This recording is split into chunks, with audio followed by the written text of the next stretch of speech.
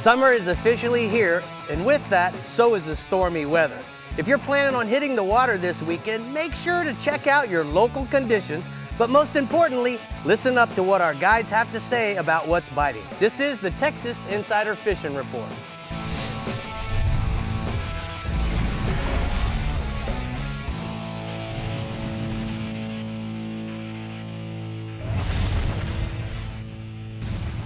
We're here for another bass-tastic week of the Texas Insider Fishing Report. Now that it's officially summer, as Rick has mentioned, I know vacations, concerts, ice cream, and fishing, of course, are in full swing, minus that little tropical storm out there right now, but we'll pull through. Right? Absolutely, we always pull through. We always pull through. But we have a special guest in the studio tonight from Navionics. Yes. And of course, we have Mr. Dave Farrell at the CCA Workbench. He knows a little bit about summertime fishing, don't you, Dave? Yeah, a little bit. We're going to talk about giant alligator gar tonight, how to catch them. What? Ooh, la, la. Yeah, those big fish. How to catch them. Giant fish. Oh, big as me. Can't wait to hear it. Well, guys, I think we're ready to get to our first captain who's on the line in the Yeti Lower Fresh region. He's ready for summertime and hopefully some sunshine with your guide, Matt Reed. How was your Father's Day, Matt? How's it going up in your part of the world? We're doing great. That's good. Well, let's get our bass report started for this lower fresh region of Texas. Got me a report from James Bray with Lone Oak Adventures on Choke Canyon Lake. They've been catching a lot of bass on hollow body frogs and spinnerbaits over the grass right now. Grass is coming back good. The hydrilla is coming back good on the north side of the lake. He's not catching many super big fish, but a whole bunch of nice ones in the 2 to 4 pound range. The water on the lake is stained from Callahan north up the river, but it's much clearer down toward the dam. With that clearer water, they're catching some main lake fish on the rocky points and ledges on football jigs and Texas rig worms in 12 to 20 foot. It's great to see that hydrilla coming back in Choke Canyon. It struggled for a while, but with that grass coming back, the lake's going to explode again. Moving on down to Lake Amistad, Ray Hanselman with Ray Hanselman Outdoors sent me a report. Amistad's 33 foot low right now, holding pretty steady. Water temperatures are in the upper 70s to low 80s, and the bass are still biting very well on top waters. You can catch them on walking baits or frogs or weedless swim baits around the shallow hydrilla. One of the keys right now is to look for those bluegill beds. The bluegill spawn after the bass get through, and the bass are hungry, and they look to feed on those bluegill, and you can find a lot of big fish relating to those bluegill beds this time of year. Hydrilla is also growing really well out to a little deeper water. The outside edges of that grass are holding good numbers of fish also. You can catch them cranking, throwing lightweight Texas rigs or flipping a heavyweight, a crawl worm or something like that just inside the matted hydrilla and let it go to the bottom and bounce it a couple of times. But Amistad's really been good lately, so keep her on your list. Matt, tell me about this bass photo, bud. That bass photo is a customer of mine with South Texas, big old South Texas bass. Bar Signs caught that fish last week. It's the kind we're always looking for. Looking good. What else you got for us this week? All right, I'm on a few more bass things. We're going to keep going. Fayette County Lake is really good still. The fish are schooling early in the mornings in the back of the pockets or on the outside edge of the grass. Later in the day, look for them out in that 8 to 20 foot of water around the rock ledges. That's what I've got on Fayette County. I'll roll to one more bass report on Lake Marble Falls, the small lake outside of Austin. It's fishing really well right now, catching them on a frog around the water willow and big rocks. Jigs are also great around the docks and the rock ledges. You might try you a fluke around that grass also while you're at it. That's Brian Cotter at Texas Hog sent me those reports from Fayette and Lake Marble Falls.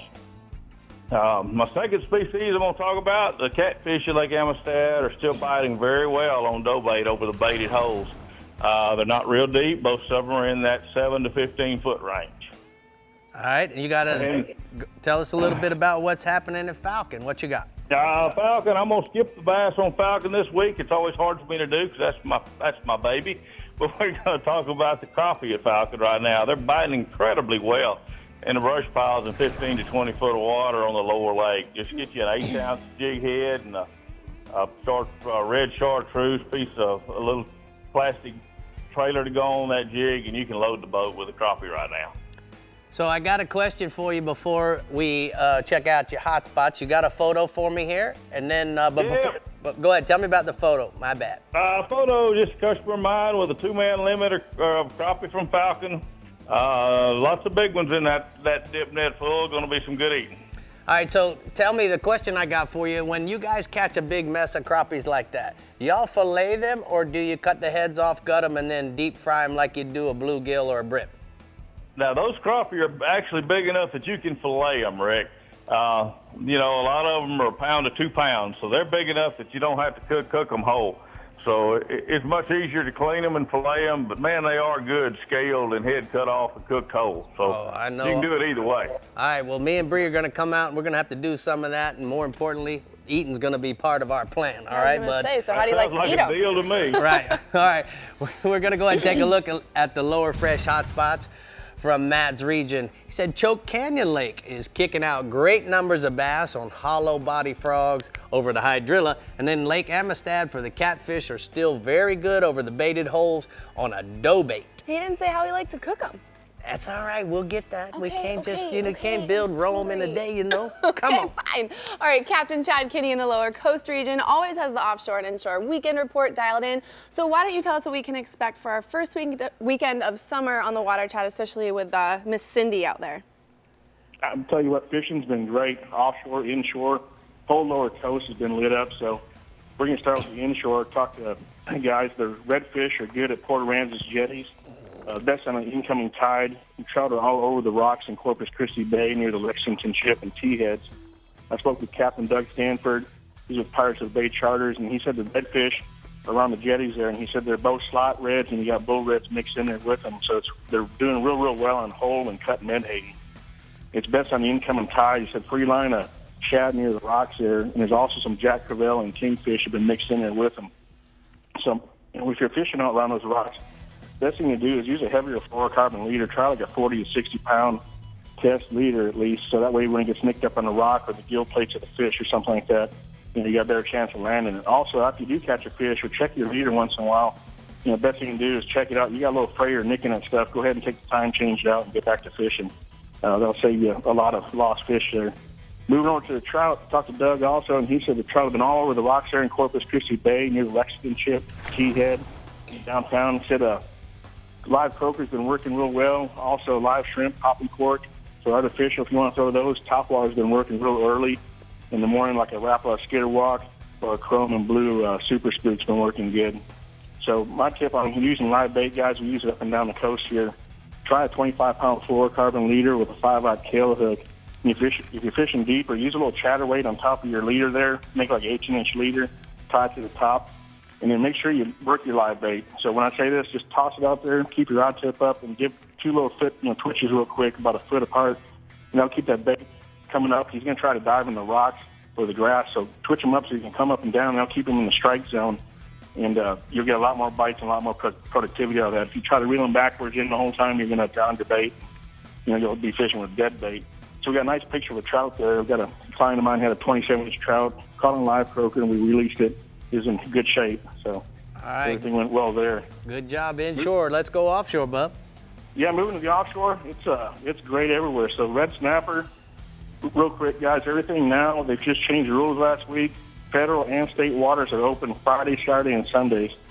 State water and federal waters are closed Monday, Tuesday, Wednesday, Thursday. So look for billfish and tuna out deeper over the lower coast. You can go any port. You can go Port Aransas, you can go Port Mansfield, you can go South Padre Island. Head up to like the Oasis Dome area, Colt 45, or deep weed lines. That's where you're going to find your tuna and your billfish. So moving back over to the snapper here, like I said, this report just came out. So the laws are out. You can contact TPWD or feel free to contact myself. The info's right there on the TV for you. The red snappers open on federal waters for the weekends all the way through Labor Day weekend. So you got Friday, Saturday, and Sunday to fish. So if you got a great boat like a Contender or anything else that can move in and out fast, go take advantage of it this summer. Get out there and catch plenty of snapper. They're going to be all over those federal waters. Best thing you use is a vertical jig or some squid. Take with you on a double rig with an 8-ounce spank weight. But I like using like a 5-ounce Williamson rotating flutter jig. Got some great action. Put yourself like an 80 to 100-pound fluorocarbon leader. Get over your favorite structure. a net job, a wreck, and go through that water column, you get some of those bigger fish suspended. So I got a picture of a red snapper here. Had some friends of mine and clients. You got a 20-pound red snapper here on a pick, caught by Amy Wynn, and somehow her husband snuck into the picture too to try to get credit. But that's a good snapper there. Hey man, you can't blame a man for photo bombing a red snapper. No, it was a good trip. We were loaded up and we had a great time. So moving over to the offshore, the deeper stuff, look for your pelagics, your billfish, and your tuna. Like I said, out in the Oasis Dome, you can hit these out of all 3 ports. So they can use some Islanders rigged with ballyhoo, or if you got a favorite cedar plug targeting some tuna, definitely put that on your spread. And I've also been using like a Halco Max 190. It's a good little quick fast. Don't have a lip or nothing on it, but it's a fast little trolling lure for wahoo and tuna. So the big yellowfin, you'll see them. They've been busting up and around the whale sharks and pods and stuff like that. The bluefish, the blue marlin, are out on the edge of those pods, and once in a while you'll see a big one actually feeding on them. But a good tip for trolling that I thought I'd throw in here for you guys, when you're trolling those tuna, don't drive straight over the pod and try to bring your baits. You're going to make them sound and go deep and get away. Let your lines out farther deep than you normally would for billfish, and let them up deeper and take a wide path through that. So when you straighten your boat out, your lines are going to turn, go straight through, and you go right through those pods of tuna. So it'll help with your catch tremendously on that. We've got a good picture of a yellowfin tuna caught on stand up there. It's about 30-pound yellowfin. God, that's a nice fish, The Chad. ladies are getting All right, man, great report this week. A lot of good tips. We thank you for all that extra effort. We're gonna go ahead and take a look at the lower coast hotspots. Inshore redfish, good at Port Aransas jetties. Best on the incoming tide. Trout are all over the rocks in Corpus Christi Bay near the Lexington Ship and T-heads. And then offshore, red snapper now open on Fridays through Sundays on both state and federal waters to look for billfish and tunas out of any of the lower coast ports. Head to Nueces Dome and look for the deep weed lines. The ladies are reeling them in the lower coast region. Did you see that? God. You go, girls. All right, 2 down, 4 more to go. We're casting to the middle fresh region right after we check out what summertime rigs and techniques secrets Dave Farrell has for us at the CCA Workbench. We're getting to break out the big gear because we're going to Ooh. be catching the big fishes, the big gar fish, They're the big. alligator gar. Oh my gar. We'll be right back, guys. The Texas Insider Fishing Report is brought to you by Yamaha. Reliability starts here. The American Fishing Tackle Company. Precision tackle and performance clothing since 1958. Guy Harvey, marine wildlife artist and conservationist. Navionics. We start where the road ends. CCA Texas, a leader in marine conservation. And Okuma, inspired fishing. Meet the water's lightest 25 horsepower 4-stroke, the all-new Yamaha F25, the new standard and 25 horsepower portable 4-strokes. At just 126 pounds, it's got the best power-to-weight ratio of any 25 horsepower 4-stroke on the water. With performance that bests the previous Yamaha F25 and features like Yamaha's VTS for precise trolling speeds, batteryless EFI, built-in resting pads, and carry handles, it's the perfect portable power for small boats. Remember the glory days of gasoline? It's just not made the same anymore. Kick your gas into gear with StarTron. Pump up the performance in all of your engines. Cure the problems of ethanol with the power of enzymes. And maximize your mileage every time you drive. Kickstart your engines with StarTron.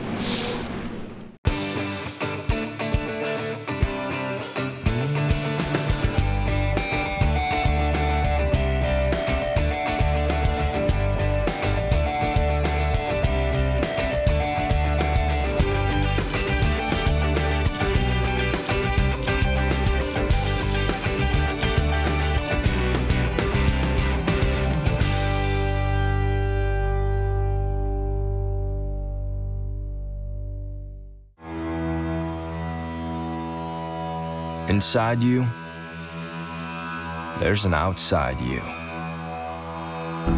A you that takes the road less traveled than the road less traveled, and finds the comforts of home extremely uncomfortable.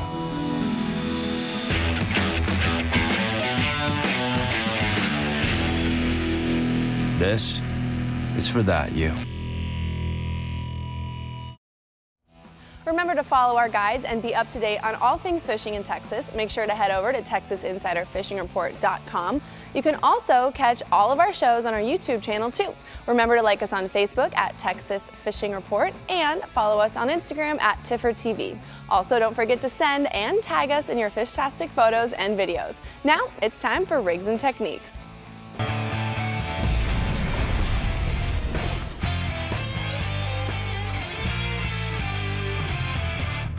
Well, we're here at the CCA workbench, and we've got Yes, a we are. friend in front of our bench. Yeah, man, this thing is awesome. He's, a prehistoric creature.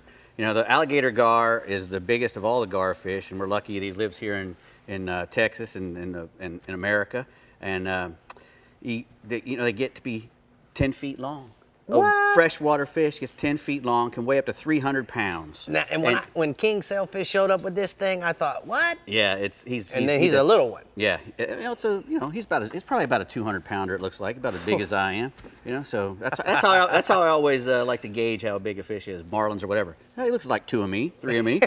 So how are we gonna catch him? Well, I called up this fella named Dawson Hefner, and he works at TexasMegaFishing.com. That's his website. He's a guide, and he works out of the out of the Trinity River between Dallas and Houston. And although there's a lot of gars in some of the lakes in South Texas, he says Trinity River is probably the best, and catches a lot of big gar in it. And the season runs from like March through September. It's a summertime deal, and they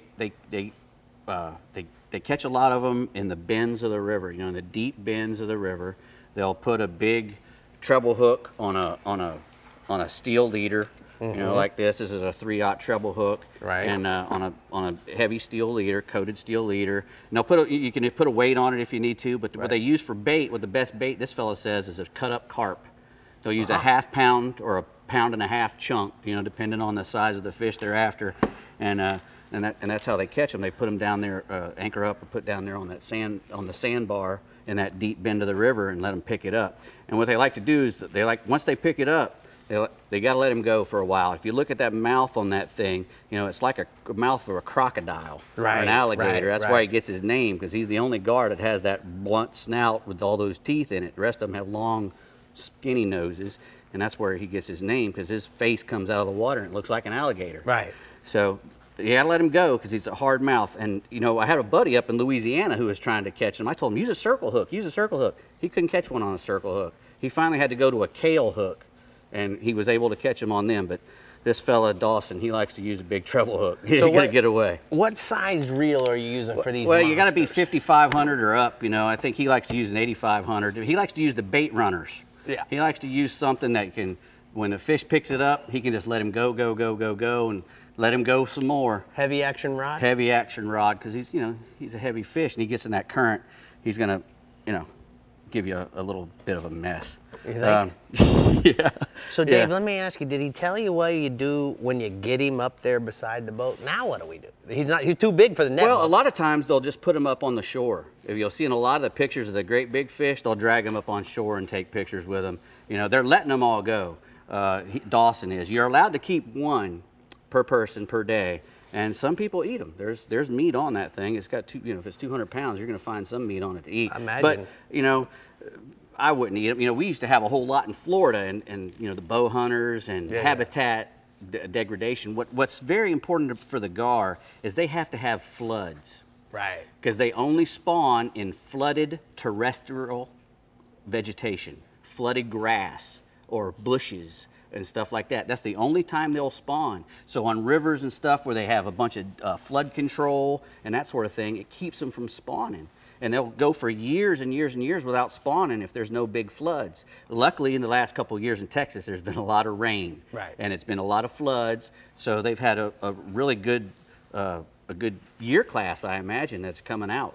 Every time they have those big floods, the next year they should probably have some more fish out there. Quickly, do we know how fast they grow? How long does it take for a fish to get that size, Dave? Well, I don't know. That's a good question. You know what? Somebody send us, if you know. Yeah, that's a good question. Go to our website and let us know. I do know that their eggs are poisonous. I don't know who the first person was who ate the gar eggs, but he didn't have a good experience, I reckon, because they're poisonous. And so don't, if you catch one, and you're thinking about eating them, don't eat the roe. Don't fry the roe up. It's not caviar. No, no. All right, Bree. Live to tell the Got tale. me all choked up Never about know. dying over here eating eggs. All right, we're headed to the Middle Fresh region with Stephen Johnston, where Lake Livingston, Toledo Bend, and Sam Rayburn are on fire. Are you ready for summer, Stephen? Yeah, we are. We finally getting some nice heat, but I guess the big story is just kind of what this tropical storm is going to bring us. You know, on the east part of my region, they've already issued some state of emergencies on some of the counties from around Toledo Bend, around Sam Rayburn, over towards Livingston. They're kind of showing, you know how this weather is. It's kind of like some of these fishing guides. You just really don't know what's going to happen until it gets here. But, you know, some parts are saying 6 to 8 inches, and some parts are saying, you know, maybe 10 inches. So a lot of our lakes, on the west part of my region, a lot of the lakes aren't as full, but on the east part, we're really, really full. So it's just going to be kind of a wait and see, kind of what Mother Nature brings us. But over at Lake Livingston right now, the white bass are really going good. For the first couple hours in the morning, the south end of the lake is kind of, I'm not going to say on fire, but the reports been coming in. It's real good.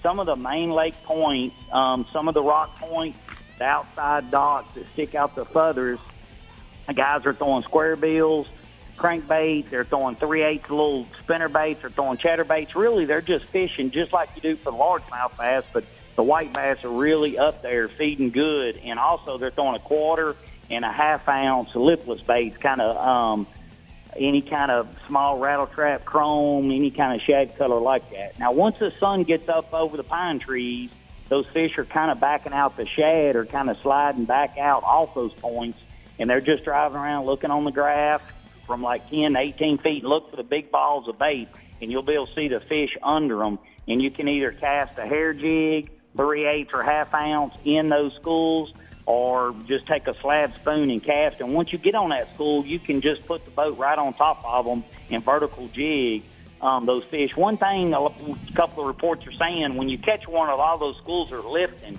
So those fish are coming up, following those fish that are hooked. So when you get that one fish up, look at your graph and just make sure you're fishing above those fish. Make sure you're not dropping that spoon down below them, because you're just not going to get that action as you are if those fish definitely feed up all the time. And the best deal's been, we've been having some thunderstorms in the afternoon, so it's been from daylight really, to around 12, 1 o'clock. It's been the best action over at Lake Livingston. All right, what do you got? What else do you got for us this week, Bud? Well, we're going to talk about Sam Rayburn. The fishing's really been good. We've got a kind of a local big tournament. It's kind of a team tournament. It's called the Texas Shootout. I won't be in it, but a bunch of guys are coming from all over the country coming in. It's a big prize for one day deal there. So we're going to kind of wait and see what goes on. But with the water over there being full, it's really just like fishing springtime. We've got a lot of frog, got a swim jig. A lot of the guys are flipping beavers and jigs in the hay grass, in the flooded bushes, and there's a lot of the willow trees, flooded. So you look at one of them willow trees up there, if it's got 8 inches or 12 inches of water, make sure you throw your frog or flip your beaver or jig up against those willow trees. Jumping over to Toledo Bend. Toledo Bend's really the same. We really don't have water high this time of year. Toledo Bend's full pool, and it's kind of got some same action. Got a lot of frogging going on. A lot of fish coming on wacky worms and spinner baits out on the outside edge of the hay grass. There has been a little action out deep. They were pulling Toledo pretty good, had 2 generators going, and it's kind of slowed down this week, but I think it got a little scared going on with this tropical storm coming, so they got both generators wide open again. So some of the fish this past week, I've been able to find them from like 12 to 18 feet of water, throwing a crankbait and a Texas rig. Not a lot. I mean, most time this time of year, you can pull up on some of them places and catch 10 to 15, 18 fish per spot. And kind of right now it's kind of spotty. Some of them 2 fish, some of them 5 fish, some of them 6 fish. So, it's just going to be an interesting weekend to kind of see. It looks like a lot of my region's going to be blown out, through the weekend. But Sunday and first week Monday's looking like everybody's going to be able to get back out there on the lake. All right, you got a photo here, Bud? I got a picture. That's I had a big oil field group flows on here this whole week. So everybody, after we got through crappie fishing, everybody kind of throwed in $20. We had a little afternoon 2-hour tournament. So Anthony and Ted, they just happened to be in my boat, And we wind up taking that, taking a few dollars from the rest of the guys. That was a nice 4-pounder and a 6-pounder there. So, so two nice chunk fish. We didn't catch a whole bunch, to be honest, but that was 2 nice fish they caught there. All right, well, stay dry, and we'll talk to you next week. Thank you. We're going to go ahead and take a look at the Middle Fresh region hotspots. Stephen Johnson says, we want to go to Sam Rayburn, fish frogs and swim jigs around the flooded hay grass. Sounds like we're going to have a lot of flooded stuff and bushes. Then use Texas rig and wacky worms on the outside edges of the hydrillabry. Okay, coming up, we are headed to the Middle Coast and Upper Fresh regions, and our friend Paul Mickley from Navionics is here to give us some good insight, so stick around and we'll be right back in just a few minutes. The Texas Insider Fishing Report is brought to you by Contender Boats, performance through innovation. Bass Assassin and Saltwater Assassin, the best lures, period. CCA Star, fishing fun for giant prizes and scholarships. Costa Sunglasses, see what's out there. Power Pole, swift, silent, secure, and King Sailfish mounts. www.kingsailfish.com. At Yamaha, reliability is a family tradition. Meet the next generation. 4 new advanced technology-inspired inline 4-cylinder performers. Bred from the reliability and boater satisfaction that is part of Yamaha's DNA. They prove that when power gets lighter, faster, stronger, and smarter, boating gets even better. And more satisfying for boaters like you.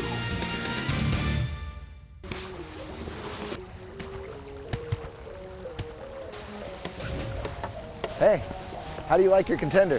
How do I like my Contender?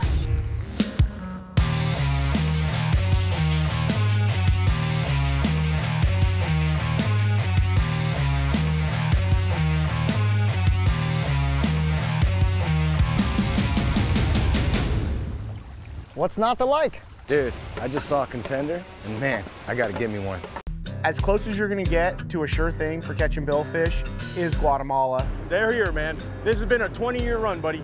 These things haven't left, there's no cycle. When it comes to sail fishing, this is the real deal.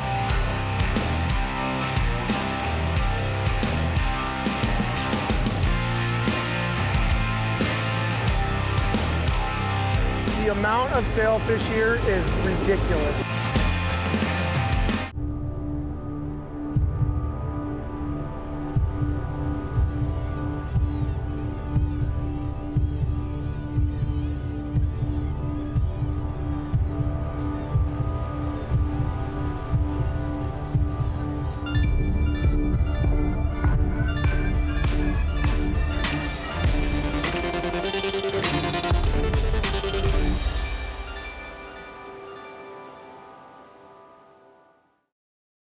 Well, welcome back to the Texas Insider Fishing Report, and with me is my special guest, Paul Mickley from Navionics. And you know, Paul, you know, Navionics has really got some great stuff going on, but more importantly, you are really an expert at being able to navigate through all the different options. So let's talk about some of the things that I know that I'm not up to speed on. Not a problem, Rick. And one of the things I want to really focus on is while I was down at the Classic on Conroe, there were a lot of questions that came up. And in particular, we'll start with that and we'll talk about some of the new features. One of those is really what's the value, you know, of the Platinum chart.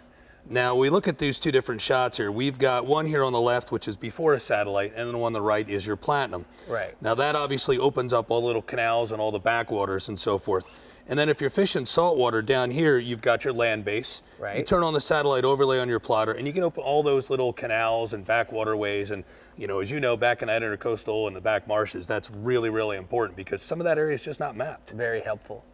All right, so what else we got? So one of the most popular questions down there was, you know, when I put my chart first in the plotter, I've got the contours, but I don't have all the 1 foot. And you can see right here, we've got, you know, the Navionics, that's what we call our nautical layer. When you turn on your fish and chip or sonar chart, opens up all that new data. And we do 10,000 updates per week. Wow. So now you've got all this data that's submitted from our surveys, other surveys, and the big question is always, how do I get there? And depending on what you've got, a Lowrance, a Simrad, a Raymarine, a Humminbird, you know, these are your basic things. Everything's really under your chart selection, and you're gonna highlight your sonar chart or your fishing chip. Now, one of the coolest new features we just came out with, Rick, you remember we had the sonar chart live, and this is where you can do 1-foot contours while you're boating as fast as you can, as long as you're holding bottom, or you can go a little slower. And with all this rain that's coming, you know, it's probably a good opportunity to do some new mapping, because I'm sure some sandbars are going to change. Absolutely. Now, just for clarification, let's talk about the different colors that you see on the map. So white is obviously our deeper colored water, correct? Correct. So that would be a hole, and then we actually have the lighter shades of blue, but the lighter it gets, the deeper it gets, correct? That's correct. Now, once you get in shallower, obviously it's going to turn a pink or a red to kind of give you that warning of, hey, you're getting pretty shallow. All right, so let's take a look at the next chart. Yep. Oh, one thing I want to point out too is on Conroe, Edwin Evers told me one of the ways he used this is when he was fishing some of those areas where there was a lot of flooded timber, there's no mapping in there. You can't get a boat in there, so he was using this in the timber to really real-time map his areas where he caught a lot of fish. So one of the newest things is what we call plotter sync. Now, a lot of times when you've got to update your chart, you got to take it out of the plotter, pop it into a computer. Well, here, this is our app. And on the Navionics app, you can download an area. Highlight it. Highlight it. So then what'll happen is on your app, you'll see it turn white. Well, with some of the new plotters, like your Gen 3s on Lowrance, your Elite TIs, Raymarine, Simrad, you have Wi-Fi. You connect to the Wi-Fi, open up the app, automatically downloads your chart through that, and it transfers over, well, in this case, your waypoints. Don't worry, Rick, I hid the GPSs. Put your waypoint numbers immediately over to the plotter. So now you can use your app as an actual planning device from home. You know, Paul, I'm so glad you're here to share this with us, because I can tell you, I really know and understand the Navionics, but certainly not in that depth. And you really enlightened. I didn't know that we could actually go from our app into our Wi-Fi that our new plotters have. I'm looking forward to that. Yeah, this was a popular thing everybody was asking for. It's really, really cool. All right, Bree, we got to go to another region. Yes, we do. Thanks, Paul. Learned a lot. I'm going to have to go play around with my Navionics app. All right, let's head over to the Middle Coast region with Captain Bink Grimes. Hey, Bink, how was your Father's Day? Man, it was good. It was good. We're trying to dodge this storm right now. So, oh, no. Hopefully y'all will.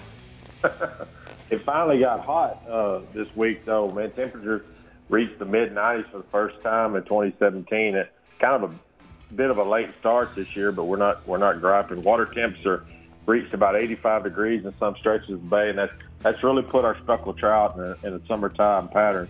Wading's been the best way to beat the heat. Sand and grass shorelines along West Matagorda Bay help scattered catches of trout on top waters and soft plastic. Live croakers have afforded the best bite, which is normally the case this year when the water gets so hot. In Port O'Connor, the topwater bite's been good, but again, live bait's been the best bet there. Waders are working the flats next to Pascaval where the best tidal flow occurs. Sand and grass flats in San Antonio and Espiritu Santo Bay are holding good trout too. Those fish are slicking on the shorelines, and it's really helping the waders locate schools of trout, because they're slicking and feeding on all those pogies with all that fish oil.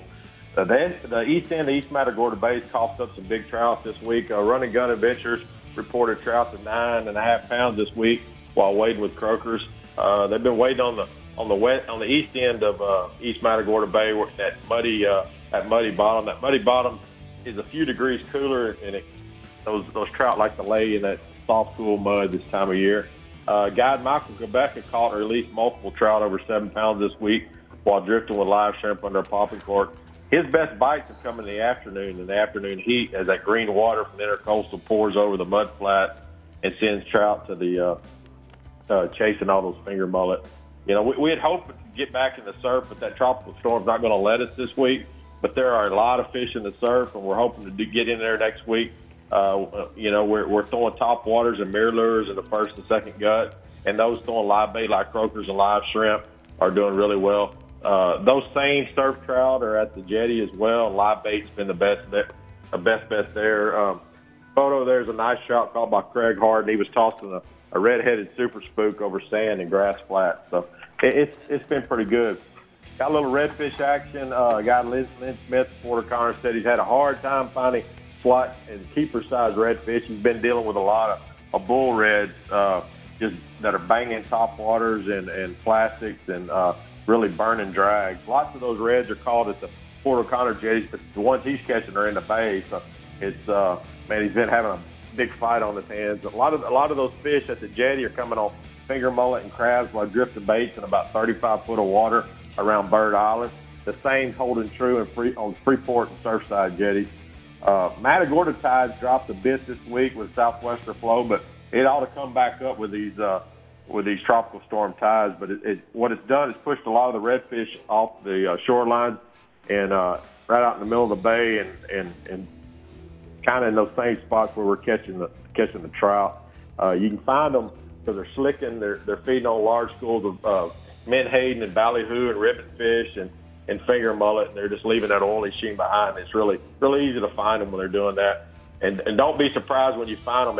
Every rod in the boat will be bowed up. When you do that, you drift through them, then you just kind of gingerly go back around and do it again. In West Matagorda Bay, the north shoreline has held good redfish on small brown shrimp are coming out of the marsh. There's a few birds working in West Bay right now because there's a lot of brownie shrimp in there, and sometimes it'll be red, sometimes it'll be trout, sometimes it'll be big old gap top in there. And many of those fish have been in the 6 to 9 pound range and best on mid-coast popping corks. And there's a photo there of a redfish caught on a bass assassin under bass assassin cork. Going to go to offshore. Man, the Gulf states like Louisiana, Mississippi, Alabama, Florida, and Texas, they reached an agreement this week. Going to give us 39 days of red snapper fishing. Those days also include July 3rd, July 4th, but mainly it's going to be the weekend days. But the catch is they're not going to allow us to fish for red snapper in state waters during those days. So during the middle of the week, state and federal waters are going to be off limits, but during the weekends you can catch them anywhere. So that'll be good. We continue to find all those red snapper on any wreck or rocks out there. A lot of fish in the 12 to 15 pound range. A lot of kingfish coming closer to the beach while trolling Russell lures and ballyhoo, and some of them showing at the Port O'Connor jetty as well. Got a few tarpon right off the beach too. Dorado, triple tail, man, it's just been good. It's summertime, you know. Yep, you got it. Thank you so much, Bink. We're gonna go ahead and take a look at the Middle Coast hotspots from Captain Bink's region inshore. Trout is good on the east end of East Matagorda Bay while wading brown cedar flats with topwaters and soft plastics. And then bull redfish good on the flats of Port O'Connor on live baits and top waters. And then offshore red snappers on the rocks and wrecks in 40 to 80 feet of water. Most of the fish are in the 12 to 15 pound range. Whoa. Those are big snappers. Big snappers. Okay, the lakes in the Upper Fresh region definitely have a summertime buzz going, and your guide, Rick Carter's on the line to tell you all you're gonna need and more for hopefully a very fun weekend on the water. Hey, Rick. Hey, guys. Hey, we got a little striped bass action going. A lake called Lake Tawakoni, east of Dallas by Quinlan, Texas. They have some big stripers schooling in there right now. They're schooling around the dam area and all the lower lake points, all towards the dam. Old pencil poppers, spooks are the best baits right now. Early morning, they're really schooling on top. The bonehead chartreuse glitter swim bait, the limit fishing 5-inch swim baits in shad colors are producing some big fish later in the morning. Moving on to Lake Fork, the bass are following big gizzard shad back in the creeks right now on Fork that have 7 to 10 foot channels.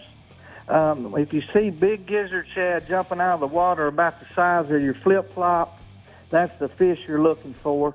Power pole down right there and throw big top waters, PBJ color on a jig, a swim jig with a watermelon red trailer. That will do the trick right now on these big bass. So what about the whopper popper? Have you guys been catching anything on the famous whopper popper? Hey, if they stay up long enough, Rick, that River to Sea whopper plopper in bone color, that's a bad dude. I love it. Tell me about this photo, but speaking of bad dude.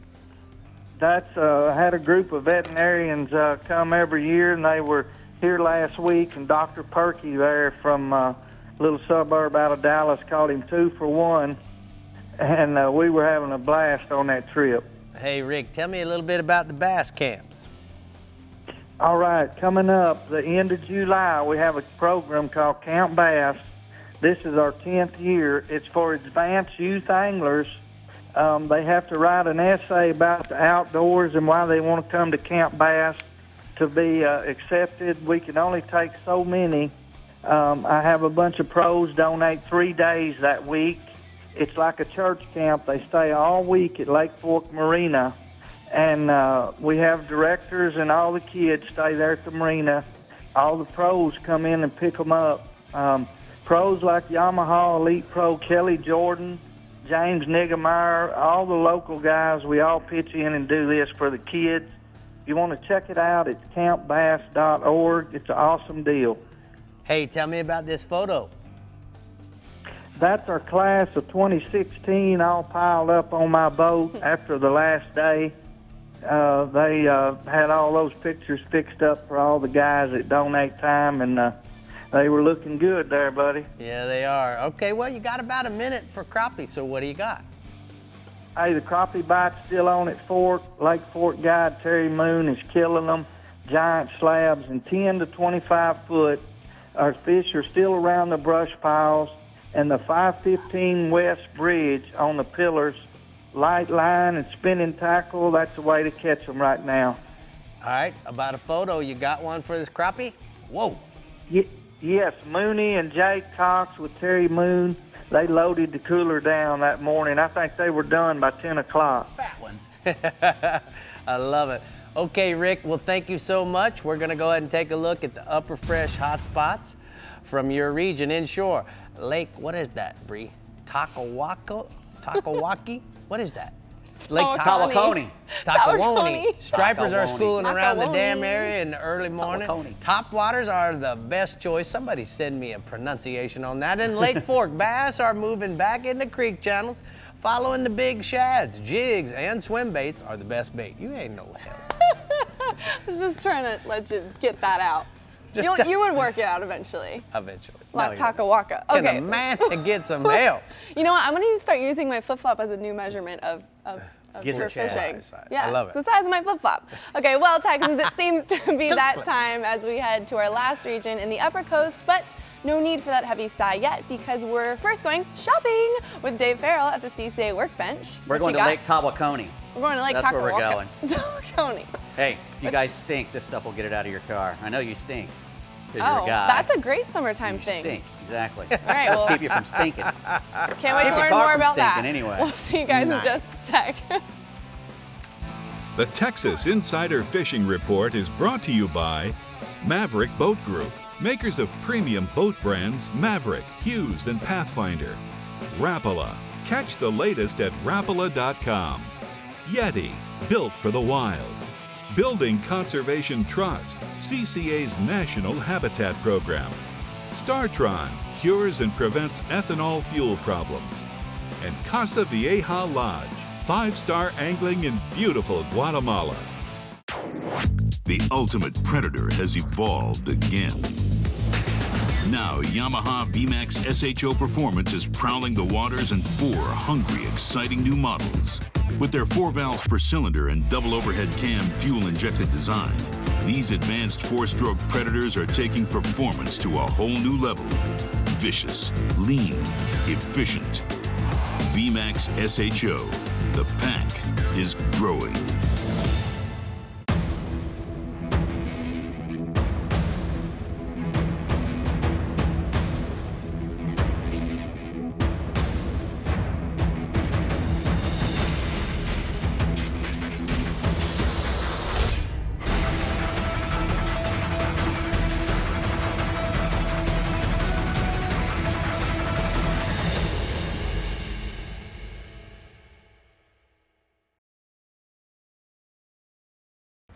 Thanks for tuning in to the Texas Insider Fishing Report. Be sure to like us on Facebook and follow us on Twitter and Instagram to keep up with our captains, contests, and appearances. You never have to miss a show. You can find full episodes as well as special segments right on our homepage. Just head to TexasInsiderFishingReport.com for everything you need to know to stay hooked up.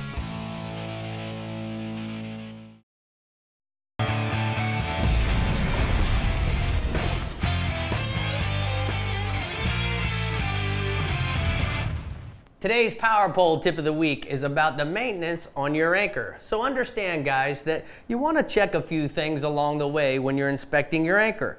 The hydraulic lines need to be tie wrapped so that there are no loose lines and they don't get pinched when you're putting your power pole anchor up. The other thing that we also check is the hydraulic lines and making sure that they're good and tight. Now, once that's been done, you certainly want to make sure that after you've trailered your boat up and down the highway, that's what creates a lot of vibration while trailering. The other thing is, in its use, you want to make sure that these transom bracket nuts and bolts are good and tight.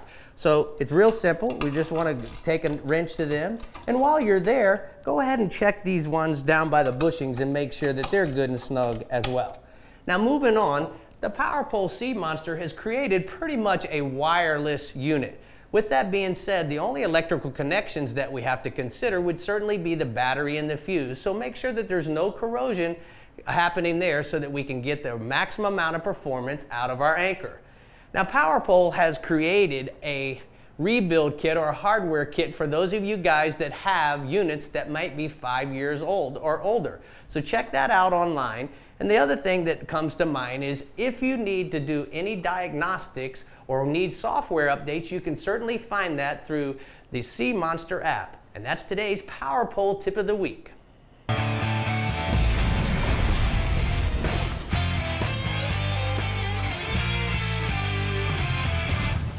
Boy, that Power Pole tip had a lot of information in it, but not as much information as we get over here at the CCA Workbench, specifically when we're talking about new products. I don't want to toot my own horn or anything.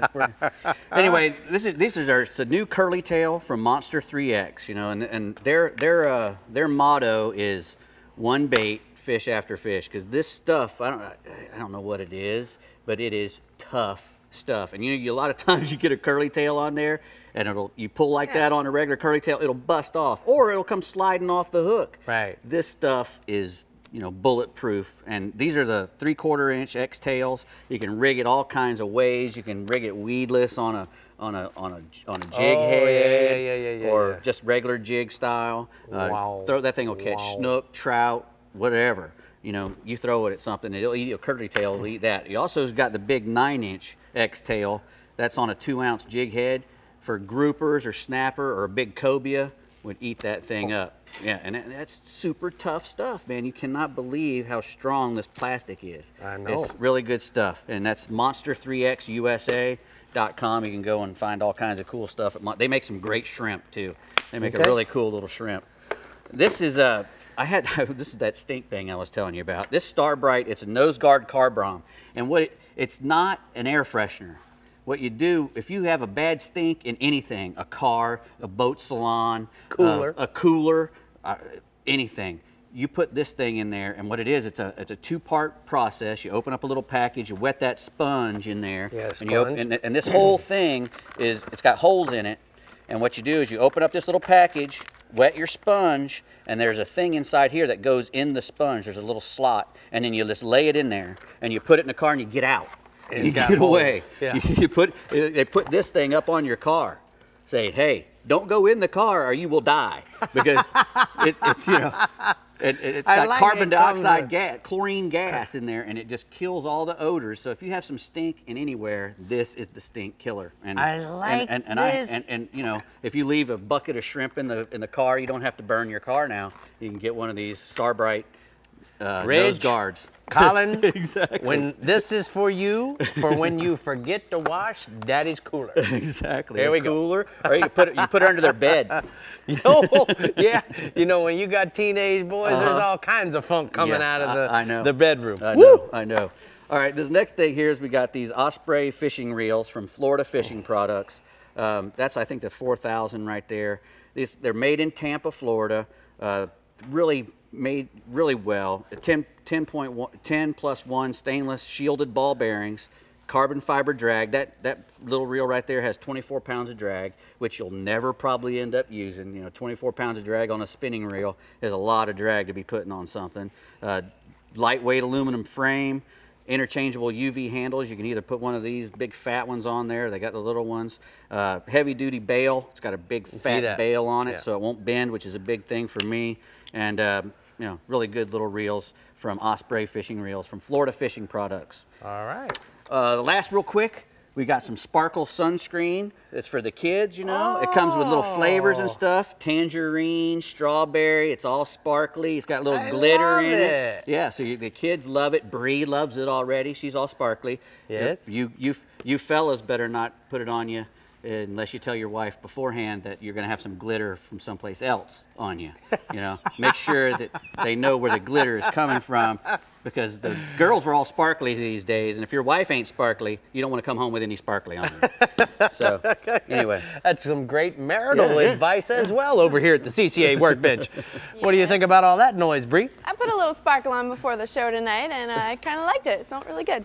Still in my hand. Okay, Caleb, you're the caboose tonight, so give us that strong finish I know the Upper Coast region can handle, and I hope you guys stay somewhat, you know, dry this weekend, hopefully.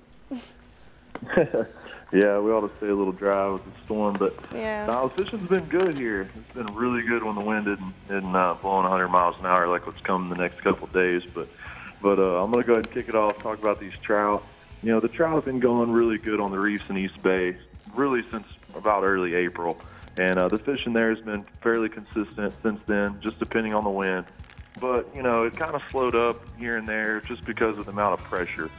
You know, there's been so many boats over there banging on those fish every day that they kind of get wore out. But luckily, there's been a new slug of fish come in. And we're going to have new fish from the Gulf come in through the jetties and up the ship channel periodically throughout the whole summer.